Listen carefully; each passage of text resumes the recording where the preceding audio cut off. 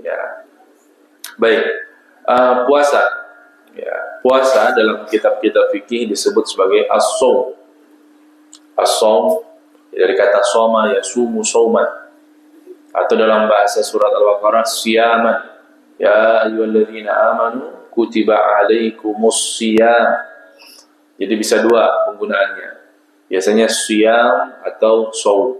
Ini dua istilah yang paling banyak digunakan dalam literatur atau kitab-kitab fikih. Mungkin ini dimatikan, Pak. Sudah. Oh. Oke. Saya ingin mulai dari firman Allah Subhanahu wa taala. A'udzubillahi minasyaitonirrajim. Bismillahirrahmanirrahim. Ya ayyuhalladzina amanu kutiba alaikumus syiyam kama kutiba 'alal ladzina min qablikum la'allakum tattaqun. Ini ayat yang sudah kita hafal. Ya. Wahai orang-orang yang beriman, siapa yang dipanggil dalam ayat ini Bapak Ibu? Orang beriman.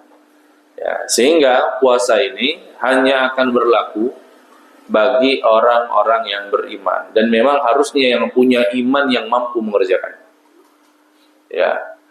Banyak orang Islam tapi imannya lemah, mungkin tidak ada, akhirnya tidak sanggup mengerjakan puasa. Fisiknya sehat, badannya bugar, muda usianya.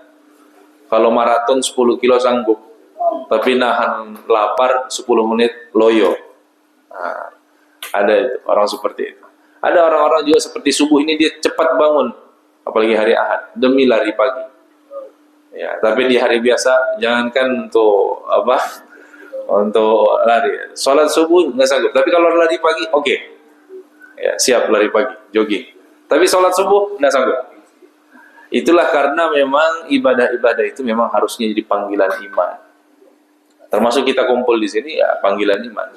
Dorongannya adalah dorongan iman. Itu yang membuat kita sanggup dan kuat melaksanakan beban-beban syariat yang Allah berikan kepada kita. Ya. Maka dalam surah urusan puasa, juga Allah Subhanahu wa taala memanggil orang-orang beriman. Ya, diingatkan kepada kita, kutiba alaikumusiyam, diwajibkan kepada kalian puasa. Maka puasa ini wajib. Ya, termasuk rukun Islam, tidak ada tawarnya ini. Maka biasanya para ulama dalam kitab fikih membahas pertama sekali adalah syarat wajib puasa. Apa itu syarat wajib puasa? Syarat-syarat yang jika terpenuhi pada diri seseorang maka dia wajib puasa. Tidak boleh tidak. Kapan tidak, berdosa. Kalau berdosa, neraka. Apa saja itu? Satu, Islam. Karena tadi yang dipanggil adalah orang-orang beriman.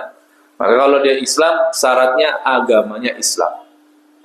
Kalau orang kafir misalnya, boleh ikut puasa? Boleh. Tapi hitungannya diet, bukan puasa.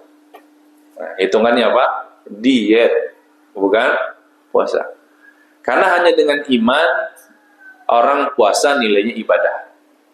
Karena aktivitas puasa dengan diet ini sama, tidak makan, tidak minum, itu sama.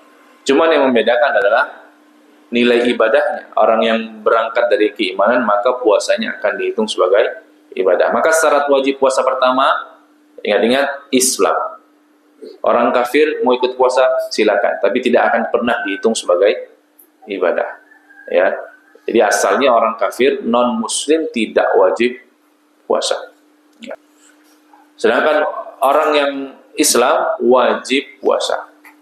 Bagaimana dengan orang yang pernah murtad? Nah, ini juga ada orang yang pernah murtad, dia sudah muslim, murtad. Maka selama murtadnya dia tetap terkena kewajiban puasa.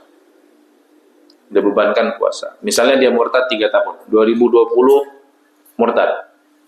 Tidak ikut puasa Ramadan. 2021 masih murtad. 2022 masih murtad. 2023 dapat kembali hidayah. Masuk Islam lagi. Berarti dia tidak puasa berapa kali? 3 Ramadan. Maka ketika dia sudah masuk Islam lagi, dia wajib mengqadha seluruh puasa yang dia tinggalkan dalam kondisi murtad. Berarti berapa totalnya? 90 hari. Apa hanya sholatnya saja? Tidak, termasuk tidak hanya puasanya saja, termasuk sholatnya. Wajib diqadha semua.